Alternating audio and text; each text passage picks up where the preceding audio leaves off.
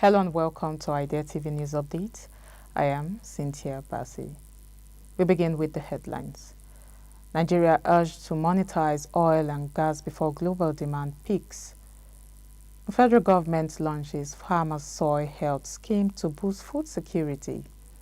Corruption, not technology threatening Nigeria's jobs, says NASU. African ship owners launch CADETSHIP program to tackle maritime skills shortage. Namibia and Botswana deepen digital cooperation to boost regional connectivity. And Dangote Cement commissions 100 billion CFA francs plants in Côte d'Ivoire. Away from Africa, TAKEDA, NABLA, Bio Inc. $1 billion AI drug discovery deal. And Google omits $15 billion to build India's largest AI data hub. In business, Ghana pushes for cocoa processing growth amid financing and supply hurdles. And in sport, former Premier League referee pleads guilty to child indecency charge. Now the news in full.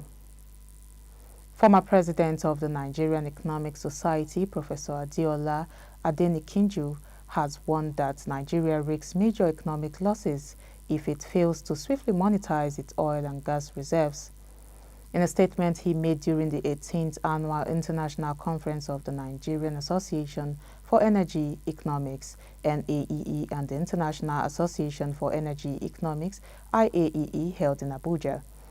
Speaking on the theme Emerging Geopolitics of Energy, Navigating Global Shifts and Impact on Emerging Countries, Adenikinju described the global energy landscape as volatile, driven by geopolitical tensions, artificial intelligence growth, and policy shifts in advanced economies. He stressed that with over 87 million Nigerians lacking access to electricity and Nigeria remaining a top crude exporter yet importer of refined products, urgent action is required to avoid leaving its hydrocarbons stranded as the world shifts towards cleaner energy. Adenikinju called for simultaneous investment in renewables and domestic refining, citing global uncertainties and high financing risks as key deterrents to energy development in emerging economies.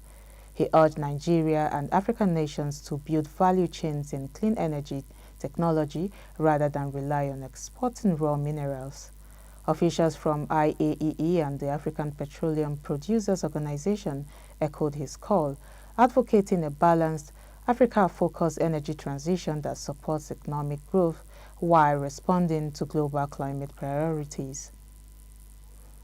Moving on, the federal government has launched the Nigerian Farmers' Soil Health Scheme, an initiative aimed at improving farmers' understanding of soil management to boost productivity, ensure quality produce, and increase income.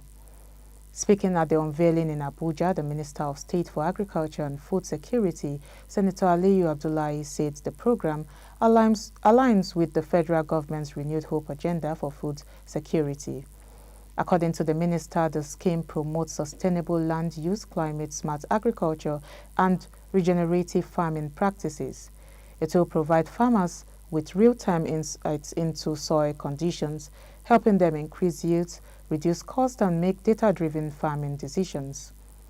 Abdullahi explained that the objectives include assessing soil health, ensuring proper fertilizer use, promoting regenerative farming, and enhancing national food security. He added that the initiative would support informed policymaking and sustainable land management.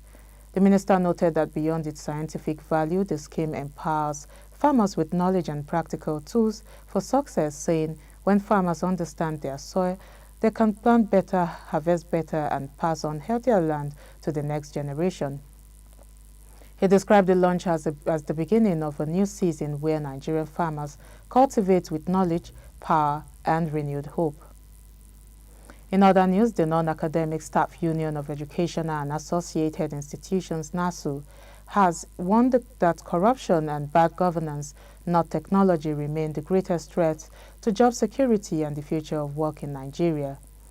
Delivering the message at the 2025 workshop of the Labour Writers Association of Nigeria, Lawan, In Ibadan, Oyo State, NASU's General Secretary, Prince Peters Adeyemi, said that while artificial intelligence is transforming workplaces globally, it should be seen as an opportunity to boost productivity, not a cause for job loss.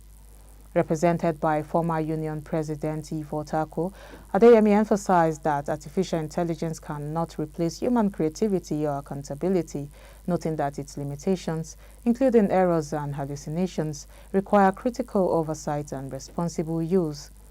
He, however, shifted focus to what he described as Nigeria's policy of corruption, lamenting that corruption has become institutionalized and now functions like an economic model in the country. Adeyemi said the impact is evident in weakened institutions, eroded job security, and deteriorating living standards for Nigerian workers. According to him, workers are trapped in what he called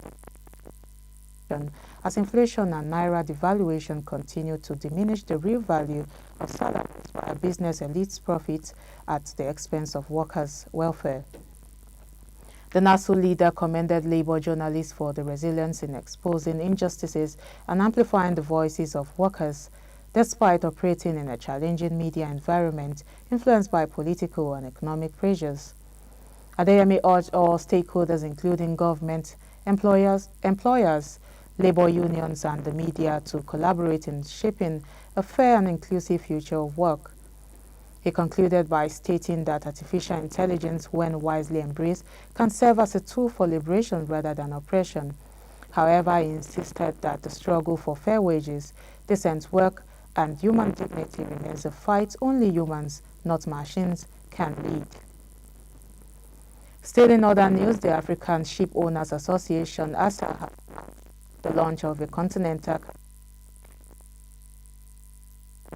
addressing the chronic shortage of skilled maritime professionals across the continent. Under the new program, African cadets will be connected to ships via a public-private partnership (PPP) model, enabling them to acquire essential sea time experience, a mandatory requirement for certification and career progression in the global maritime sector. Captain Olubowale, the initiative forms part of the efforts operational and managerial levels, establish regional centers for excellence focused on fleet management and green shipping technologies. The development comes amid growing concern over the sector's long-term viability. The 2025 report by the Sea Empowerment Research Center highlighted the persistent shortage of trained personnel and low investment as key challenges facing Africa's maritime industry, while agencies like the Nigerian Maritime Administration, Safety Agency, NIMASA, have made a progress on safety and security. Experts warn that workforce gaps and inefficiency and piracy continue to threaten growth. ASA believes the new cadetship program will help position African ship owners to seize emerging opportunities in logistics, coastal trade, and ship repair under the AFCFTA framework. Namibia and Botswana have renewed their commitment to regional digital integration following a high-level bilateral working visit held in Swakopmund, Namibia. The meeting, announced by the Communications Regulatory Authority of Namibia on the 12th of October, was led by Namibia's Minister of Information and Communication Technology, Honorable Ima Theophilos, and Botswana Minister of Communications, Honorable David Shere. Discussions focused on strengthening collaboration in broadband expansion, digital infrastructure, and innovation. Delegates toured the West Africa submarine cable system, landing sites, and engaged with key stakeholders including Telecom Namibia, MTC Namibia, and regulators from both countries. The WACS cable, jointly financed by both governments in 2012 for $320 million Namibian dollars each, serves as a vital internet gateway for the region. Private sector initiatives like the Botswana Hari Fiber Route, a BWP 70 million investment completed in 2024, have enhanced connectivity between Johannesburg, Gaborone, and Swakopmund. Regulators CRAN and BOCRA have also signed agreements on roaming, cybersecurity and data protection, with roaming fees set to drop. Despite internet penetration rates of 62% in Namibia and 77% in Botswana, rural access and affordability remain challenges that the expanded fiber network and harmonized policies aim to address. Expanded its footprints in West Africa with the commissioning of a new 3 million metric ton cement plant in Atingwe, Côte d'Ivoire. The facility, at 100 billion CFA francs, marks the company's 11th production unit across Africa and reinforces its commitment to industrial growth and regional self-sufficiency. The new Dangote cement plant, located about 30 kilometers from Abidjan, is one of the largest outside Nigeria. Sitting on a 50-hectare site, the state-of-the-art facility will produce 3 million metric tons of cement annually, boosting Côte d'Ivoire's construction sector and reducing dependency on imported cements. According to the managing director of Dangote Cement Côte d'Ivoire, Serge Botta, the project symbolizes the Ivorian economy and will create over 1,000 direct and indirect jobs. The plant is also expected to stimulate local small and medium enterprises, including transporters, suppliers, and retailers. In addition to industrial operations, the company has announced plans to launch training programs through the Dangote Academy to build local expertise in engineering and plant management. Commercial Director Stephen Chimo says the new facility will improve cement availability nationwide and support artisans and contractors with reliable, high-quality cement at competitive prices. Dangote Cement also plans to invest in community development initiatives ranging from road projects and clean water systems to healthcare support in partnership with local authorities and non-governmental organizations. The president of Dangote Group, Aliko Dangote, described the investment as part of the company's mission to drive Africa's industrial transformation. The plant will produce 3 premium cement grades, CPJ 32.5R for Mansuri, CPJ 42.5N for building works, and CPA 52.5 for large-scale structures, making Côte d'Ivoire a potential regional hub for cement production and export.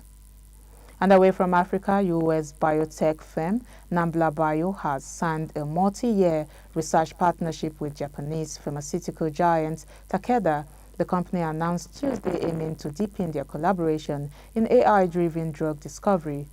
The deal marks the second major agreement between the two since their initial tie-up in 2022. Under the new agreement, NABLA will receive upfront and research payments in the tens of millions, with potential success-based milestones totaling over $1 billion. Using its proprietary Joint Atomic Model JAM AI platform, NABLA will help design complex protein-based therapeutics for Takeda's early-stage drug pipeline, targeting hard-to-treat diseases with next-generation biologics. The move comes as pharmaceutical companies increasingly leverage AI to cut development costs and speed up timelines. NABLA CEO Serge Biswas said the JAM platform creates antibodies from scratch within 3 to 4 weeks, offering what the company calls the fastest feedback loop in the industry. First in human data from these AI-designed molecules is expected within 1 to 2 years. Moving on, tech giant Google has announced a $15 billion investment over the next 5 years to establish its largest artificial intelligence data center outside the U.S. in the southern Indian state of Andhra Pradesh. The project, located in the port city of Visakhapatnam, was unveiled on Tuesday in New Delhi, attended by Indian IT and finance ministers. Google Cloud CEO Thomas Kurian said the facility will support India's growing AI ambitions and contribute to economic development with an initial 1 gigawatt capacity powering the new AI infrastructure. The initiative Group and Airtel also includes a new international subsidy to global connectivity. The move comes as U.S.-India trade tensions persist. Google emphasized investment to create substantial economic and societal opportunities. With nearly remains a strategic market for tech firms like Alphabet Inc., even as the regulatory scrutiny and antitrust. On a quick break now, the news continues when we return. Welcome back. If you're just joining, this is Idea TV News Update. Now the rest of the news continues. In business, Ghana has reaffirmed its ambition to boost local cocoa processing despite mounting financial constraints and declining cocoa output. Speaking at the Global Gateway Forum held the 9th to 10th of October in Brussels, Vice President Nana Jane Opoko highlighted the country's strategic goal to move up the value chain and reduce reliance on raw cocoa exports. The effort faces major obstacles. Local processors are operating below 50% capacity due to limited access to working capital and raw materials. Ghana's cocoa regulator, Cocoa Board, is burdened with $2.7 billion in debt, while national cocoa production has dropped 40% over 4 years. About 500,000 hectares of farmland remain unproductive, affected by aging trees, disease, and illegal mining. Although Ghana has the capacity to grind over 500,000 tons, actual volumes remain below 220,000 tons annually. Global trade dynamics further challenge the plan. While the EU imposes no tariffs on raw cocoa beans, processed cocoa products face duties as high as 25%, discouraging value addition. Ghana is seeking partnership with the EU to ease tariff restrictions and attract blended financing. The government has also announced plans to develop 200,000 hectares of new cocoa farmland to support industrial-scale production and secure raw material supply for local processors. And lastly, in sports news, former Premier League referee David Coates has pleaded guilty to creating an indecent image of a child following a court appearance on Tuesday at Nottingham Crown Court. The 43-year-old admitted to the offence involving a Category A video, the most serious classification under UK law. The court held that the material was discovered by police in February 2025. Coates, who is from Collingham, stood before Judge Nemal Shant Casey, who granted him conditional bail and ordered a pre-sentence report ahead of sentencing scheduled for December 11. Judge Shant warned that a custodial sentence remains a possibility. Coates was dismissed by the Professional Game Match Officials Limited in December 2024 following the emergence of a separate controversial video involving comments about former Liverpool manager Jurgen Klopp. He was later suspended for 8 weeks by the Football Association. The latest charge marks a serious escalation in Coates' fall from professional football. And that's all we have for you on Idea TV News Update. But before we go, here is a recap of the headlines. We brought you news that Nigeria urged to monetize oil and gas before global demand peaks. And federal government launches farmer soil health scheme to boost food security. We also brought you news that corruption, not technology, threatening Nigeria's jobs, NASU warns. African ship owners launch CADETSHIP program to tackle maritime skills shortage. In Namibia and Botswana deepen digital cooperation to boost regional connectivity. Dangote Cement commissions 100 billion CFA francs plant in Côte d'Ivoire. And away from Africa, TAKEDA and NABLA Bio Inc. $1 billion in AI drug discovery deal. Google commits $15 billion to build India's largest AI data hub. And in business, Ghana pushes for cocoa processing growth amidst financing and supply hurdles.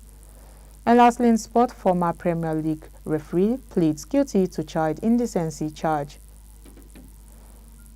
Do not forget to follow us across all our social media platforms at Idea Television. I am Cynthia Bassi. Thank you for watching.